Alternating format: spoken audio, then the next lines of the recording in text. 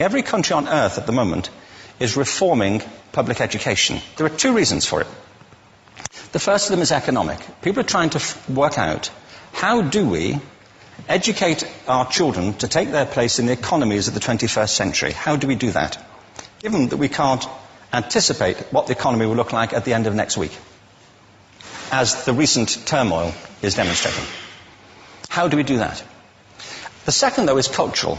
Every country on earth is trying to figure out, how do we educate our children so they have a sense of cultural identity and so that we can pass on the cultural genes of our communities while being part of the process of globalization. How do we square that circle?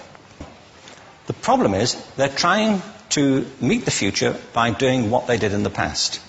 And on the way, they're alienating millions of kids who don't see any purpose in going to school.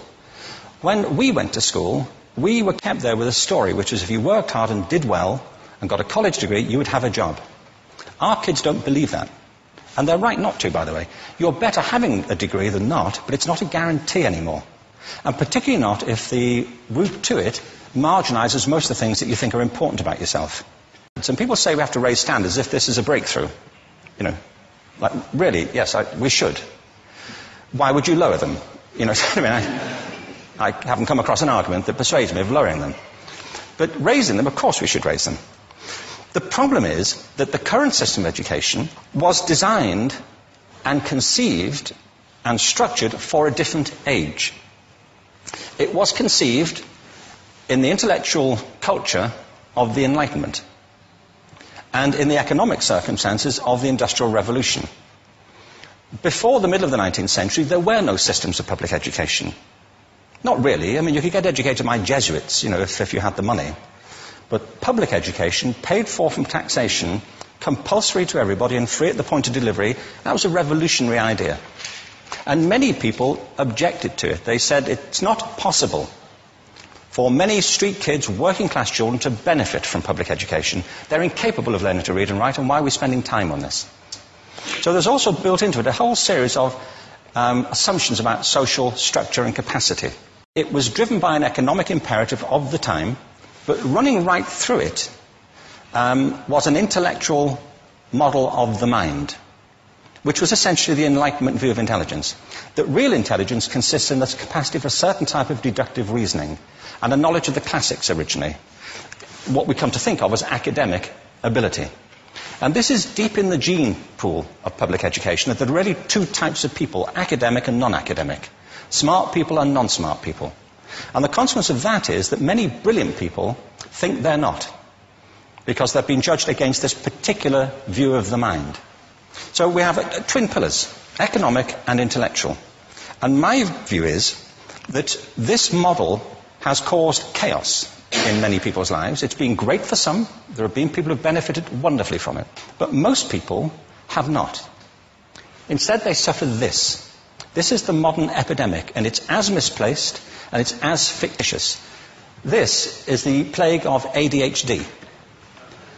Now, this is a map of the incidence of ADHD in America, or prescriptions for ADHD.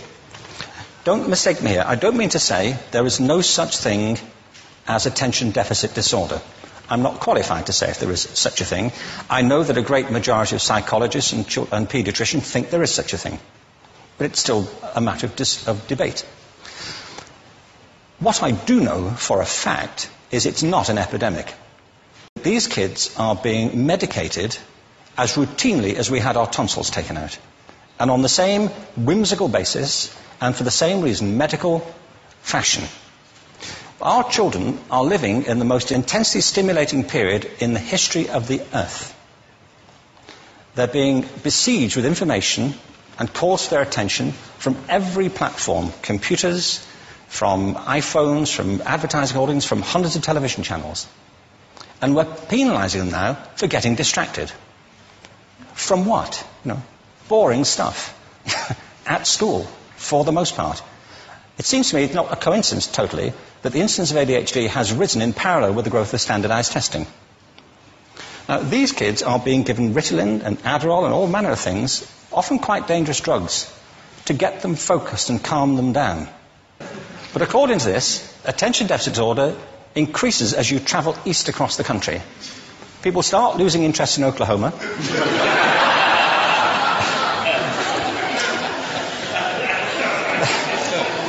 They can hardly think straight in Arkansas.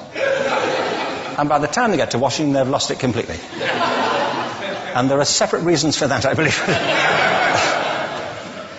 It's a fictitious epidemic.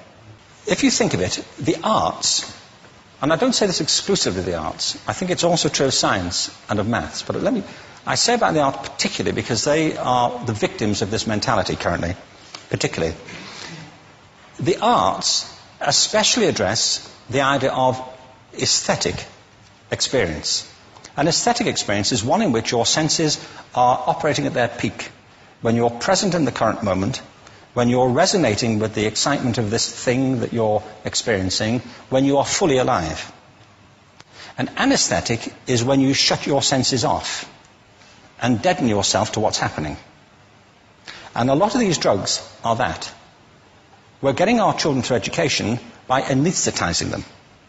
And I think we should be doing the exact opposite. We shouldn't be putting them asleep. We should be waking them up to what they have inside of themselves. But the model we have is this.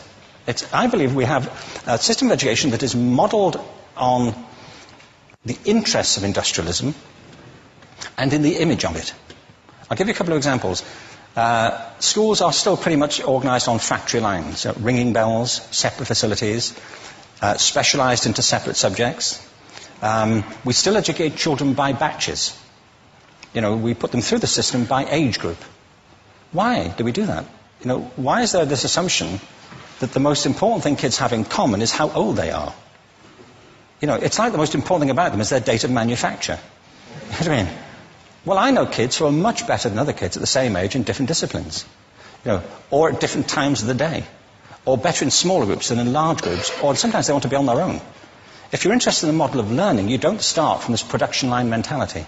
It's essentially about conformity, and increasingly it's about that as you look at the growth of standardized testing and standardized curricula. And it's about standardization. I believe we've got to go in the exact opposite direction. That's what I mean about changing the paradigm. There was a great study done recently of divergent thinking. Published a couple of years ago. Divergent thinking isn't the same thing as creativity. I define creativity as the process of having original ideas that have value.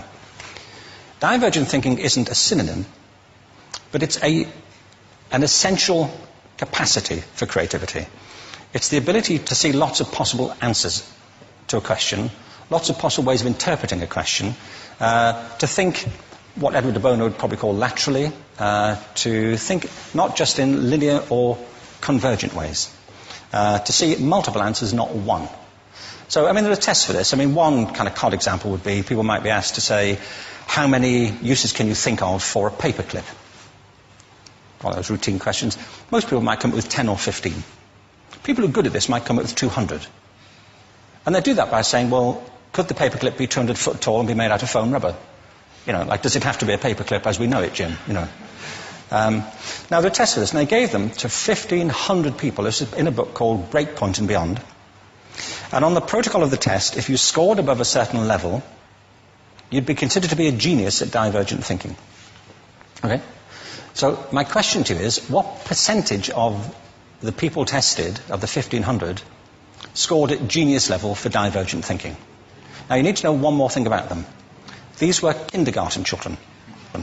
So what do you think? What percentage at genius level? 80. 80, okay.